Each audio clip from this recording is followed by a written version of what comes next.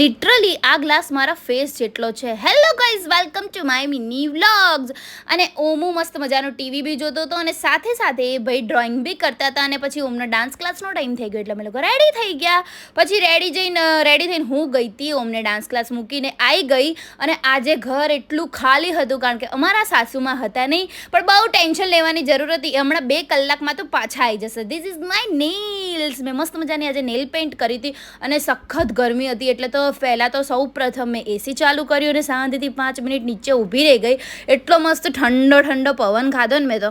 ત્યાં સુધી અમારા હસબન્ડજી આવી ગયા હતા અને એમની માટે મસ્ત મજાની ચા બનાવી અને વેફર્સ લઈને આવ્યા હતા. તો મેં મસ્ત મજાની વેફર એન્જોય કરીને એમને ચા નાસ્તો કરતાં પપ્પાને ફોન લગાવ્યો કે કેટલી વારમાં આવશો ને થોડી વાતચીત કરવાની હતી. એમની વાતચીત ચાલુ હતી પણ પપ્પાજી ફોન ઉપાડતા નહોતા એટલે થોડી વાર રહીને ઉપાડ્યો, પણ ઉપાડ્યો તો ખરી જ. પછી મેં બી વાત કરી મમ્મી જોડે. તમે સાંભળો અમારી ડિસ્કશન.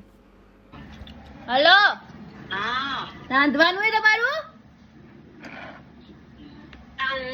બનાવજે, બીજું શું તને બનાવે? ભાખરી ખાલી બનાવજે ને. હા, એટલે ભાખરી એટલે પછી ભાખરી શું લુખી ખાશો?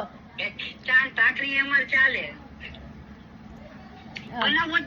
બનાવજે નકર બનાવી દઈશ. બતાવ. હા તો પછી બનાવી દેજો, બરાબર? તમે અમારા હાથનું ના ખાઓ પાછા. મસ્ત મીઠો ઝઘડો કરીને આપણે પછી અમને ડાન્સ ક્લાસ લેવા આવી ગયા હતા કારણ કે એનો ટાઈમ થઈ ગયો તો લેવાનો. એકચ્યુઅલી આગળ થોડું ગડબડ ગોટાળાવાળું બોલી ગયા અને ફાઇનલી હું આવી ત્યાં સુધી મમ્મીજી આવી ગયા હતા અને સુનિલ મસ્ત મજાનું કાઠિયાવાડી જમવાનું લઈને આવી ગયા હતા. મને આજે નહોતું બનાવવાનું કીધું કે તું બનાવતી નહીં, હું લઈને આવી જઈશ. તો અમે મસ્ત મજાનું ભોજન કરી લીધું, સરસ મજાનું. પછી બાપ દીકરો શું ક્રિકેટ રમવાનું ચાલુ કર્યું હતું અને આ 6 ઉપર 6 ફેંકતો હતો અને પપ્પાને ફૂલ ફિલ્ડિંગ ભરાવડાવતો હતો. પપ્પાજી આજે બહુ જ ફિલ્ડિંગ ભરી છે અને આ 6 ઉપર 6 મારતો તો મારો બેટા. અને ક્રિકેટનો એટલો બધો શોખ છે ને. પછી એ લોકોએ ક્રિકેટ રમી લીધું. પછી અમે લોકો જતા રહેતા બહાર આટો મારવા માટે અને થોડું પરફ્યુમ બી લેવાનું હતું. થોડું શું પરફ્યુમ જ લેવાનું હતું એટલે અમે લોકો એની શોપ ઉપર જતા રહ્યા હતા.